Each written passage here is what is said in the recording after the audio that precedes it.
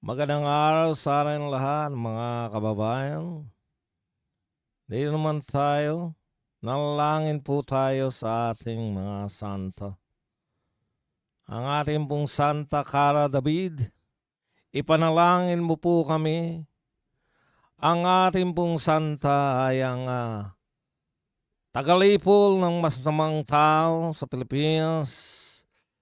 Ang ating pong santa, tagalipol ng mga magnanakaw.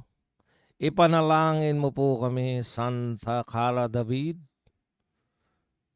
Nakakaapat ka na po ayon po sa inyong banal na bibig. Apat na po ang nakalawit ng iyong karit ng kamatayan.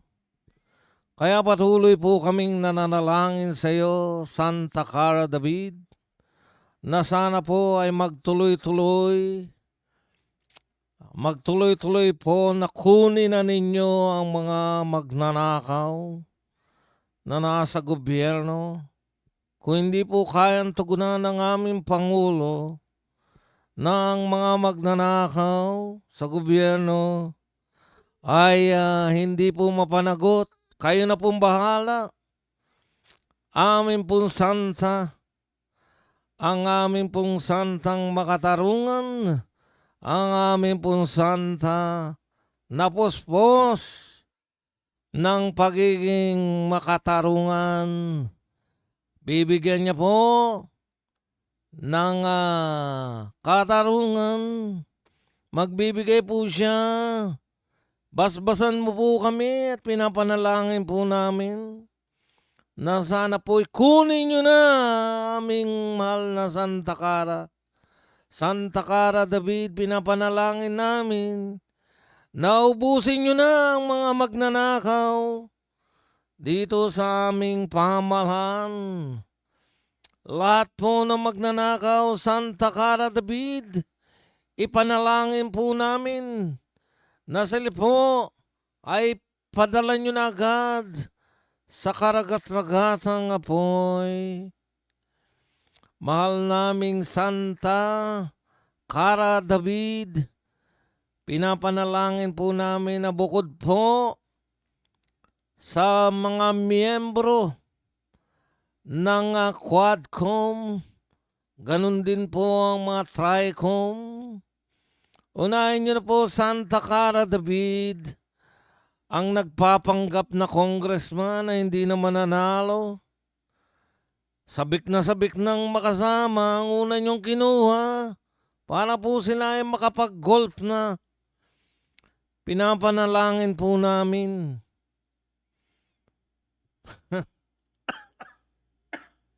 Excuse me po, Santa Cara David. Sana po marinig niyo po kami lahat po sana ng Quadcom. Lahat na nangapi sa aming Tatay Digong, isama niyo na po sa kalawit ng inyong, sa karit ng inyong kamatayan.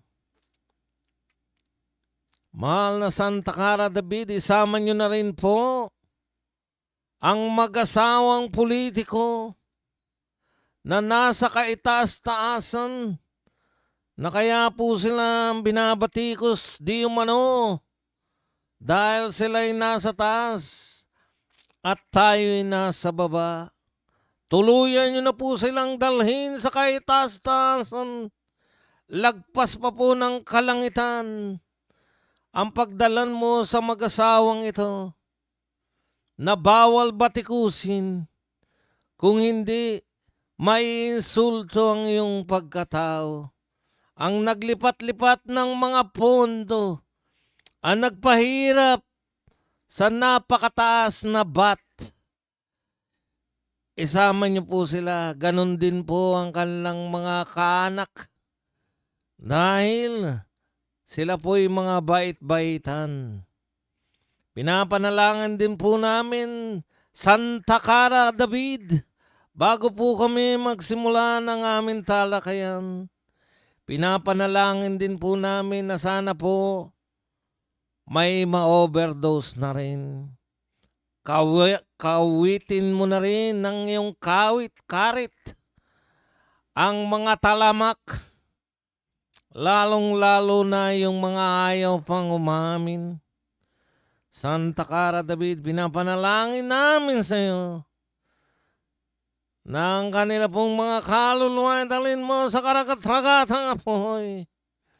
Itaas mo sa mas mataas pa sa kalangitan. Pag lumagpas sa langit, bagsak sa karagat-ragatang apoy. Santa Clara David, kami po'y nananalangin. Maraming salamat. Pagpalain nawa ang mga supporter ni Tatay Digong.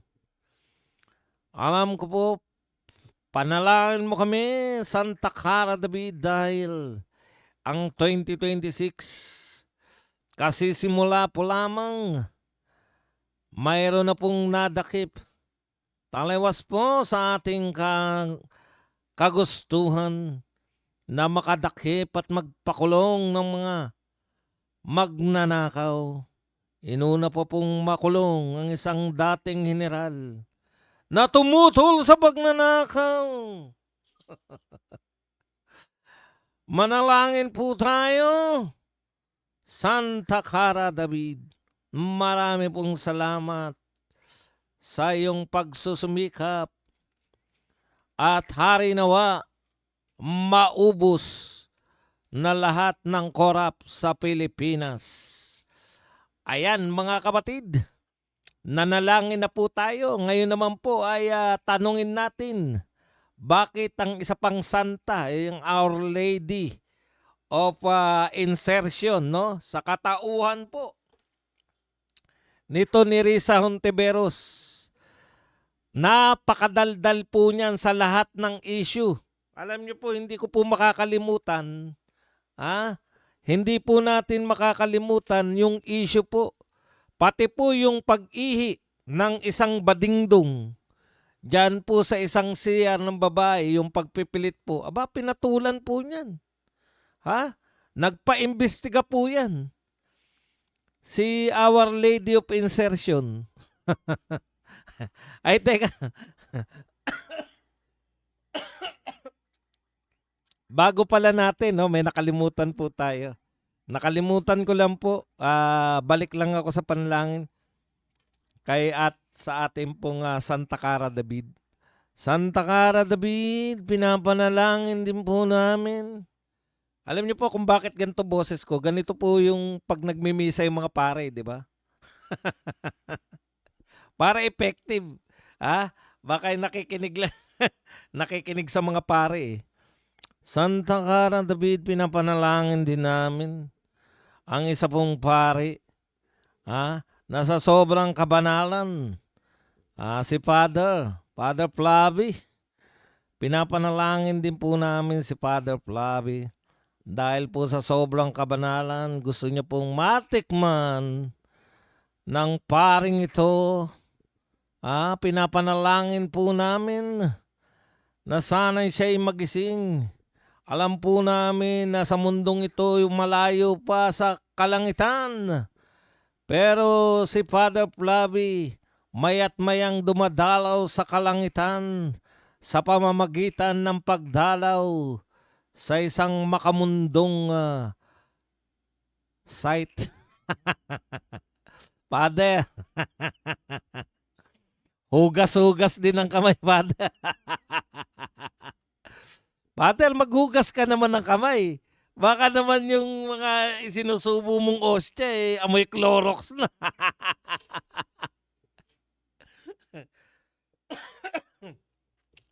Excuse me po. Ayan. Santa Clara David. Pakinggan niyo po ang aming panalangin kay Father Flavi na sana naman po wag mag-amoy Clorox ang kanyang isinusubong mga ostya. Ayan, balik na po tayo rito kaya sa Our Lady of Insertion. Bakit tahimik si Risa Hontiveros? Ayan po yung una po natin panalangin. Nakabatay po yan dito po sa Kaya ano po, no, sa atin pong Santa Cara David, na umamin po siya na nakakaapat na siya eh. Iniisip ko po kung sino po, ang alam ko lang po, may namatay na Cabral, may namatay na Akop. Kulang pa ako ng dalawa. Sino kaya yung dalawa na sinabi ni Santa Cara David na natigok na dahil sa kanyang wish? O wish lang po natin ngayong bagong taon, no? So ang sama po ng dating, no? Una pong napakulong ngayong 2026 si General Pokis na ang tanging kasala. Ito real talk tayo sa inyo pong lahat na nagsasabi na may hangganan. May hangganan po yung freedom of speech. Opo, totoo po yan. Ang hangganan po ng freedom of speech, kung yung freedom of speech naman ng kabila ay pinipigilan mo na. Pero hanggat wala ka namang natatapakan, nayuyurakan sa mga sinasabi mo, hanggat yan ay pagsasalita lang yung sinasabi mo, ano po yan, no? Freedom of speech and expression. Ngayon, yung nagsasabi po na karapat dapat si General Pokis na makasuhan dahil sa kanya mga sinabi. Sinabi lang po kasi wala naman po rebellion na naganap na pinangunahan ni General Pokis di po ba? Sinabi lang po niya. Sa sinabi niya lang po yung kanyang kinakaso. Ngayon ang tanong, ano yung particular? Kasi naghahanap po ako, ano ba yung sinabi ni General Pokis na karapat dapat siyang makasuhan ng sedisyon at rebellion, inciting to sedition. Ano po yung particular na sinabi niya? Mahirap po yung haka-haka lang po eh. Wala pa po ako nakikita sa mga balita na sinabi kasi yung kay BP Sara, yung mga, yun nga, may, kinukot pa nila si BP Sara. Ito yung mga sinabi ni BP Sara, di ba? Pag ako natigok o pag ako ginurgur, meron na akong kinausap. Kinukot nila eh. Ano po yung quotation ninyo kay General Pokis na siya po ay makakasuhan ninyo? Na yung sinasabi nyong freedom of expression, freedom of speech ay walang hangganan, na hindi po walang hangganan, no? Ano po yung sinabi niya na talagang karumal-dumal o talagang kalabag-labag? Kasi lagi ko po naririnig yan, naririnig ko, meron po akong mga video niyan nung nasa EDSA. Siyempre, video, naka-live po kami, di ba? Naka-live po yan nung nagsasalita. Wala naman ako natatandaan na sinabi niya na karapat dapat siyang o karapat dapat niyang ikakulong. Kumbaga, ang natatandaan ko tumututol tong mama, no, sa korupsyon. Yun po ang masamang, hindi na nga kayo nakasunod doon po sa pinangako ninyo na bago magpasko. Marami nang magpapasko pala sa kulungan. Ang dami po nagsabi niyan, si Dison, si BBM, si Remulla. Hindi nyo na nga natupad. Eto pa po ang bumulaga sa amin, no? Na mas nauna pa nakulong yung tumututol. Mas nauna pang nakulong yung tumututol sa korupsyon kaysa yung mga nagnakaw ng bilyon-bilyon. Ang sama po sa optics, ang sama pong kumbaga hindi po katanggap-tanggap na ang mauunang makulong ay yung bumabatikos sa mga magnanakaw. Okay, pag-usapan rin po natin ito po si Donald Trump, no? Ayan, matapos po si Donald Trump, alam na naman natin yung nangyari sa Venezuela kay Maduro. Ito na naman po si US President Donald Trump ay meron po siyang ano ba sa Tagalog yung hinted. Meron siyang pinahihiwatig na may susunod pa po dito kay Maduro ng Venezuela, no? Ayon nga po rito sa report ng Le Monde. Report po ng Le Monde. Ngayon lang po sa Paris.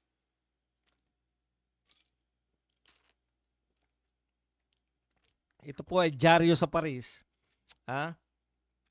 Mukhang ito po yung mga naiisip nila na pwedeng isunod dito sa Venezuela ni Donald Trump. Ito po yung mga bansang Colombia, Greenland, Cuba, Mexico, and Iran. Yung pong mga Colombia at Cuba, Mexico at Iran, okay ako ron eh. No? Wala, eh, sabi ko nga, kung totoong droga yung ano, 'di ba? Dapat nauna yung Cuba ay Colombia or Mexico. Pero yung Greenland, doon ako takanta eh. Alam ko ang usapin diyan sa Greenland, gustong bilhin, 'di ba? Gustong bilhin ni Donald Trump yung Greenland mula po sa Denmark. Ngayon, kung gagamitan na ng dahas, kung hindi po nabili, ibang usapan na po yan. Pero yan po ay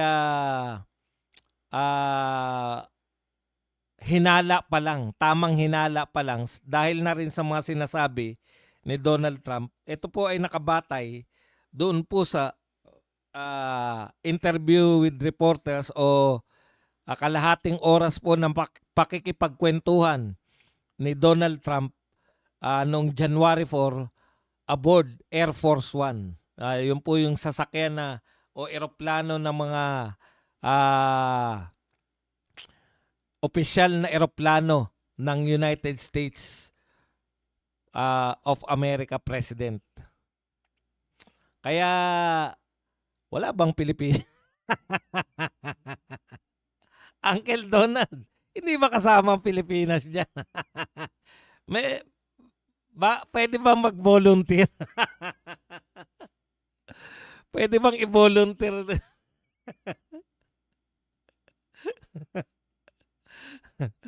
wala naman kami nakikitang kumbaga wala kami nakikita na immediate na malulutas yung problema. Pwede bang isama na namin to? Biro lang, Mr. President, kayo naman. Pero kung tototohanin na US,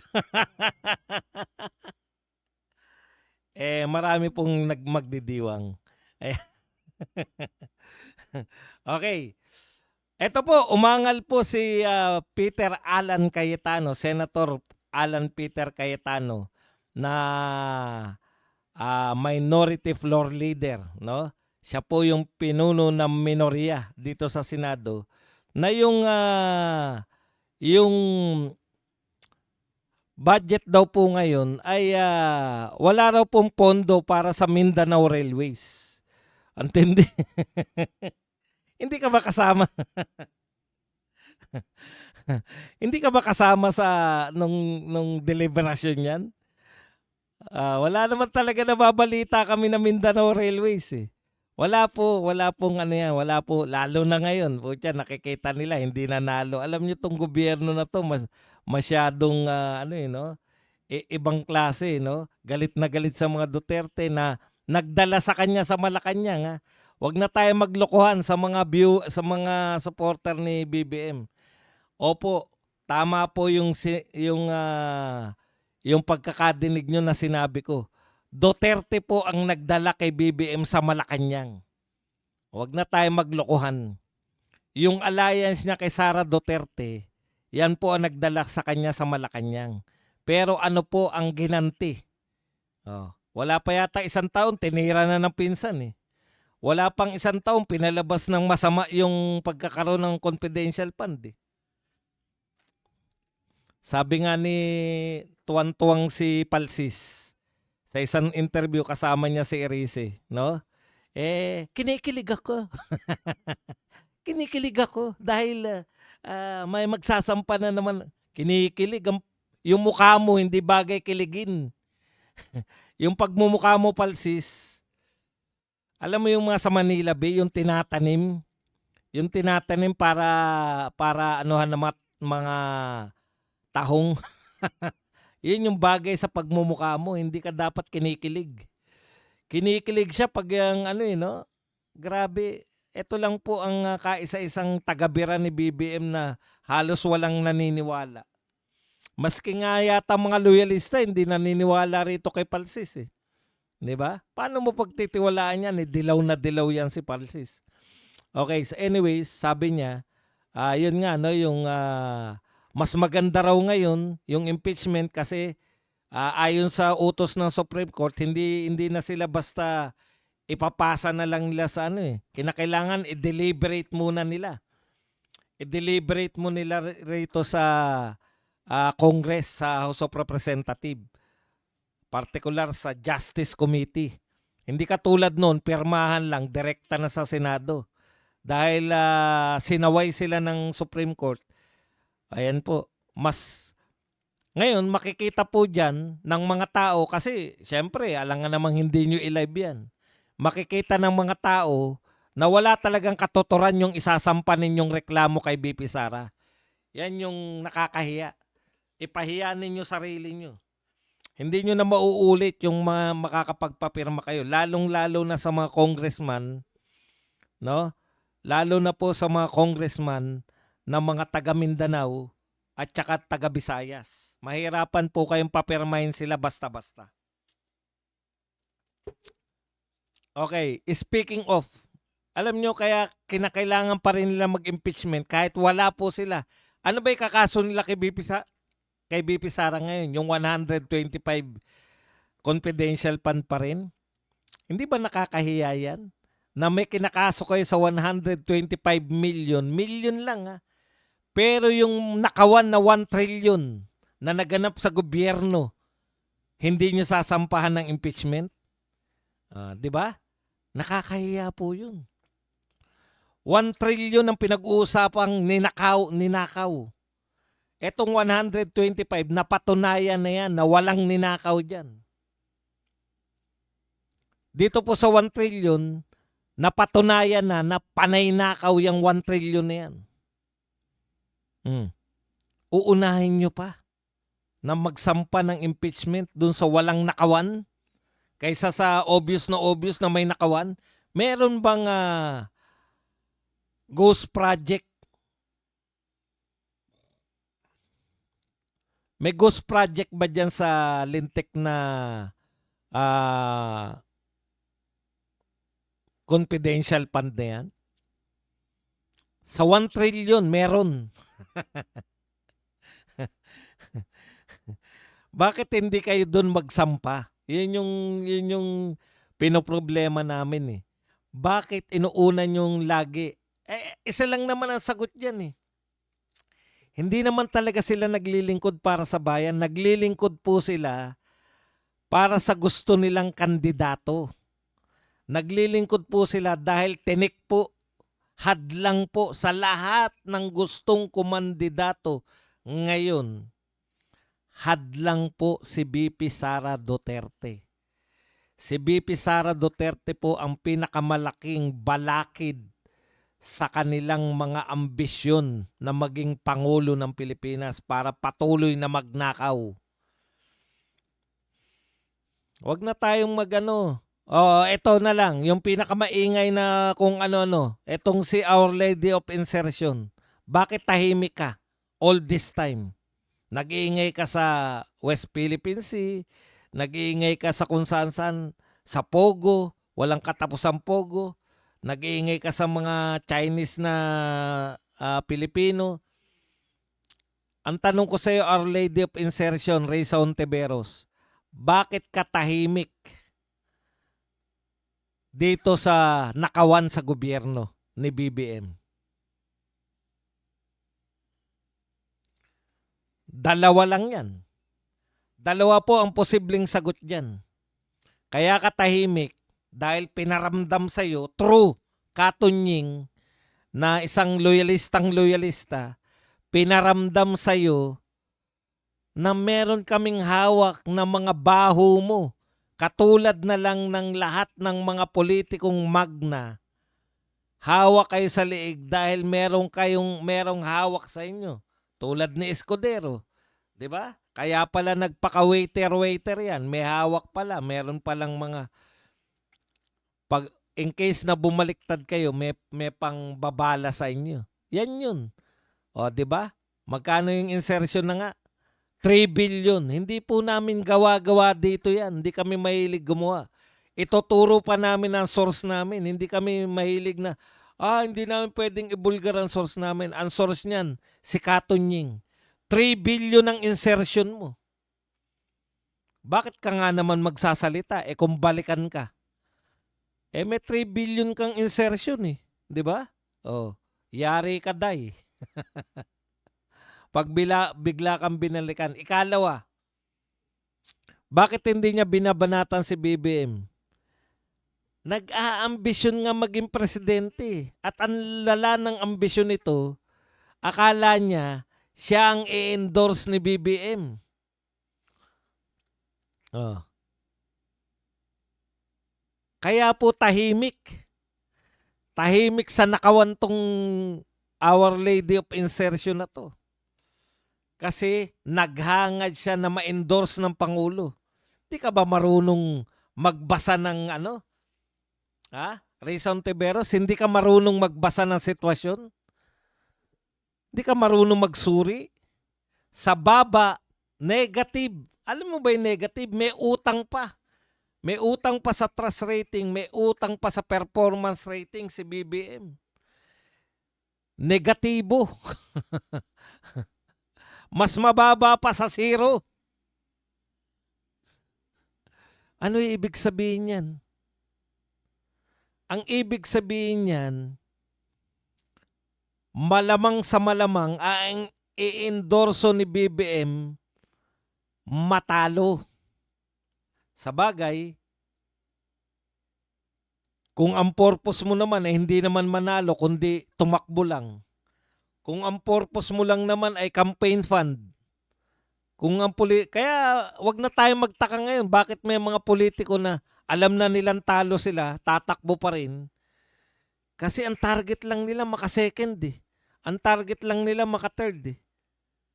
Binisto na kayo noong buhay pa si Miriam Defensor Santiago. Sabi ni Miriam Defensor, pag ikaw, ang rating mo, nasa top 3 ka, bumabaha ang campaign contribution. Maka-second ako. Tinambakan ako. Tatakbo pa rin ako sa susunod. After ko nga matalo, nakapag-world tour ako eh. World tour? Makakapag-world tour ka after mo matalo? Isip-isipin nyo na, kung ako sikat lang din, tatakbo na rin ako na kasi matalo ka man, makakapagsubi ka ng campaign fund. Legal yun Legal ang pagsusubi ng campaign fund. Ibabayad mo lang ng tax. Iyon na yun. Halimbawa, nateran ka. Alam nyo, ito para magka-ideya lang kayo sa campaign fund. Senador, ang campaign fund na binigay ng magkapatid na may kinalaman dyan sa grupo ng mga yap sa isang kandidato na nagngangalang, itago na lang natin sa pangalan na Erwin Tulfo. Alangya ka ba dong magtago ng pangalan? Ang campaign contribution kay Erwin Tulfo nung magkapatid na yun, magkano ba? 120 million? Legal yun legal. Ang sa survey, si Tulfo, number 1 sa di ba? Tay sila lagi ni Bongo pagiging number 1 eh. Naintindihan nyo ba? Daming campaign fund dun. Kaya wag na po kayo magtaka kung bakit tatakbo si Rayson Tiberos. Kaya yung mga dilawan na yan, hindi magbibigayan yan. Si Lenny tsaka si Rayson Tiberos. Malabo magbigayan yan. Pustahan tayo, parehong tatakbo yan. Si John Vic, tatakbo rin yan. Magsitakbo na kayong lahat. Hindi pa rin kayo abot. Tama naman, balikan natin to si Balikan po natin to si Cayetano. No funds for Mindanao Railways. Totoo naman yun. Nakakapanghinayang talaga, no? Yun nga yung sinasabi natin, kung tinuloy mo lang. Alam nyo ba kung bakit mayaman yung China at Singapore ngayon? tinuloy-tuloy nila yung reforma, yung sinimulan sa Singapore ni Lee Kuan Yew, tinuloy-tuloy po yan ng mga sumunod na pinuno. Sa atin, 6 na taon, ang ganda na ng palakad. Pagdating ni BBM, putol na naman lahat. Kaya walang mangyari. Alam nyo ba si Lee Kuan Yew, panahon pa yun ng tatay ni BBM. So mula ng panahon ng tatay ni BBM, tuloy-tuloy po yung uninterrupted po yung ideya. Nagdadagdag lang sila. Ini-improve lang nila. Sa atin, kada 6 na taon, palit na naman ang sistema, palit na naman. Magpapayaman. Napag-uusapan po yung 2026 budget, no? Sabi po natin, lahat aminado, lahat ng politiko aminado. Ano inamin nila ba dong? Lahat ng politiko aminado na ang 2025 budget ang pinaka-corrupt sa lahat. 2025 budget. Ngayon, kung sabi nga, 'di ba ang termino nga nila sa pagtatanggal ng corruption, tatanggalan mo ng taba, 'di ba? Babawasan mo ng taba, babawasan mo yung mga kinorap. Logically, pag sinabing nagtanggal ka ng mga corruption sa budget, mas bababa dapat kasi kung ang sinasabi nyo na mga 30 to 50% corruption, dapat bababa yung budget natin.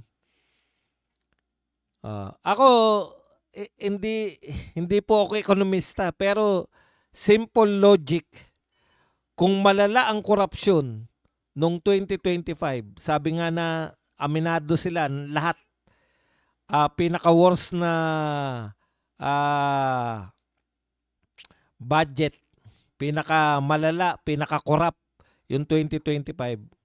Dapat, kung binawas mo yung mga corruption sa 2025 para sa 2026, mababa na dapat yung budget, mas mababa. Baliktad po, mas tumaas pa . So ano po ina-expect natin? Nagbago-bago lang ng tawag. Wala lang flood control ngayon. Pero meron namang farm to market, meron namang maipaips o kung ano man ang mga tawag dyan sa mga yan. Tuloy-tuloy pa rin po. Bakit po tuloy-tuloy pa rin po kung nakatutok na? Kasi sinasabi, nakatutok na lahat ng tao . Opo, kahit po nakatutok, tuloy-tuloy po rin po ang pagnanakaw hanggat walang nakukulong. Tanong, may nakulong ba? Wala. Bakit naman kami magbabago? Ang sarap-sarap magnakaw. Di ba? Kung magnanakaw ka, hanggat hindi nahuhuli ang magnanakaw, tuloy-tuloy sa pagnanakaw yan. Magnanakaw nga yung hanap buhay niya . Babaguhin nila, wala naman nakukulong, wala naman napaparusahan. Bakit sila magbabago? Ang masakit pa nito, eto na naman, no? Ayon po dito sa Politico Channel, Unlucky 9, Marcos reportedly eyes biggest cabinet revamp yet. Magpapalit na naman ng tauhan. Magpapalit na naman ng gabinete. Magpapalit na naman ng mga secretaries si BBM.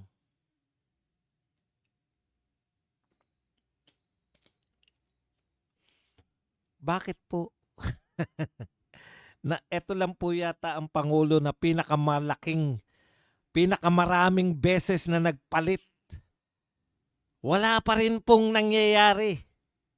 Di ba? Eto na lang, si Vince Dizon na lang, pinakamagandang halimbawa. Pinaka-corrupt, pinakasikat sa corruption, DPWH. Ipinalit mo si Boy Tokis. Ano po ang mga dinalaw ni Boy Tokis? Ano po ang ginagawa? Pinuruhan yung Davao. Punta ng Davao City, naghagilap ng mga ibubutas. Kung ang purpose po ninyo Kung ang purpose ng kaya nagpapalit ng gobyerno dahil hindi sila nakagampan, eh ano ba yung gusto nyo ipagampan kasi? Maghanap ng kasiraan ng mga Duterte. Hanggang ngayon po, panay mga Duterte, lahat po ng mga fact-finding panay sa Duterte era, Duterte era, Duterte era, Duterte era, Duterte era, Duterte era, Duterte era, Duterte era. Hindi po nasira yung tape natin. Nakakabwisit na po kasi ganun. Si Vince Dizon, isa sa mga unang pinuntahan yung panahon ni Duterte ay doon mismo sa Davao. Nakakaya, di ba? Magalong, naghanap ng gagamba sa Davao. Nasira na political career mo sa national, Magalong. Dahil sa paghanap mo ng gagamba sa Davao. Puro kay Davao, puro kay Duterte, Davao, Duterte, Davao, Duterte. Hindi nyo na po maaalis sa amin yun. Kahit nasiraan yung mga Duterte at yung Davao City, naranasan na po namin kung paano po maglingkod yung mga Duterte. Kami po mismo, hindi lang po haka-haka, kami po ang nakasaksi. Tumahimik, kilala namin yung mga durugista sa aming lugar. Kung hindi man namin kilala sa pangalan, kilala namin yung pagmumuka nila. Naglaho po yung gulo. Naglaho po. Tumahimik po. OFW saksi sila. Wala na pong nalalaglag na barya. Barya, bala pala. Bala. Wala nalalaglag na bala doon sa kanilang bagahe. Maliliit na bagay po. Dating basurahan, naging pasyalan. Pinalinis yung buong Boracay. Extraordinary. Ang ginawa ni Tatay Digong, halos mabura na po yung problema natin sa insurgency. Tumahimik ang Mindanao. Grabe. Before Duterte, tignan niyo po kung ano po ang paglalarawan sa Mindanao. Panahon ni Tatay Digong, tumahimik po ang Mindanao. Hindi po yung tahimik na meron pa rin, isolated na lang po yan eh. Pero eto po, grabe. Balik tayo sa mga tabloid na, hay nako. Mga kapatid, kahit na po anong pagpapalit ninyo, Mr. President, na mga tauhan ninyo, hindi po yung problema yung mga tauhan nyo. Ganun din eh. Ano ba inuutos nyo kay Vince talaga? Bakit wala pa rin pagbabago sa DPWH? Kahit ilang palit pa yan, palitan nyo man si Vince Dizon, ganun pa rin yung DPWH. Kasi nasa core eh. Ang problema natin, mula po sa kataas-taas. Hindi po ba? Hindi po yung mga tauhan sa tingin ko ang problema natin. Sa totoo lang po.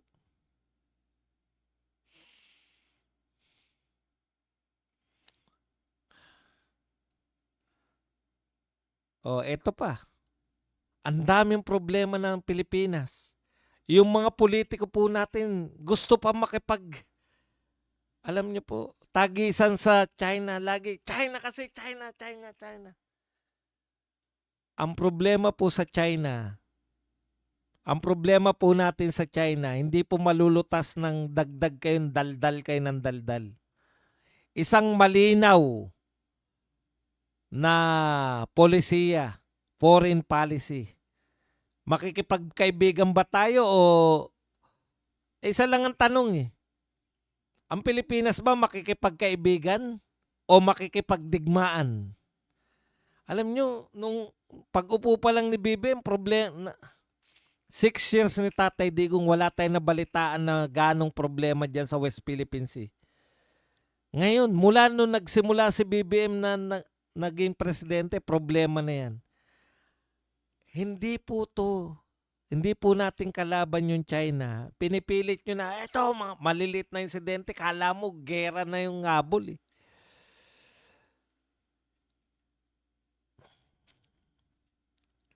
Ituloy mo lang yung ginagawa ni Tatay Digong, makipagkaibigan ka sa China. Wala tayong problema. Kala mo naman meron tayong mahita. May nahita ba tayo sa pakikipagtalo natin sa China? Opo, may nahita tayo.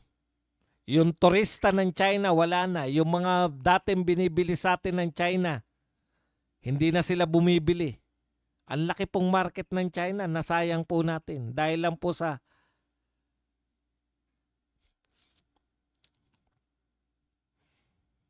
tapos gusto nyo palabasin na masama pa rin si Duterte sa West Philippine Sea. Si Duterte pa rin ang walang ginagawa.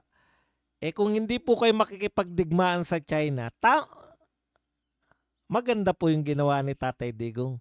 Ang tawag po dyan, diplomatic relationship. Ayaw nyo makipag-diplomatic relationship. Ayaw dyan rin naman makipaggera.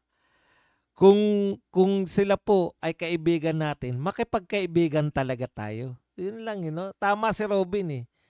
O, ayan ha, umaayon ako kay Robin ha. Baka sabihin nyo na naman. Walang mapapala sa pakikipag-away sa China sa issue ng WPS. Magising na tayo. Correct. Ang kinakailangan po natin, makipag-usap, makipagkaibigan po ulit sa China. Yun lang. Wala naman tayong Bakit ba, bawal ba sa relihiyon nyo makipagkaibigan sa China? In the first place, kaibigan naman talaga natin sila. Propaganda lang naman yung mga ginagawa nyo. Wala rin naman silbi.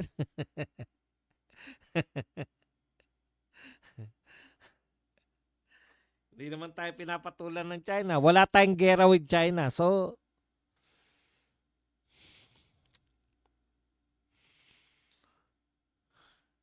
okay mga kapatid, yan lang po ang ating topic. Maraming salamat sa inyong lahat. Hanggang sa susunod po natin pagkikita. Badong Aratilis po. Paalam, bye-bye. Thank you very much. Love you all.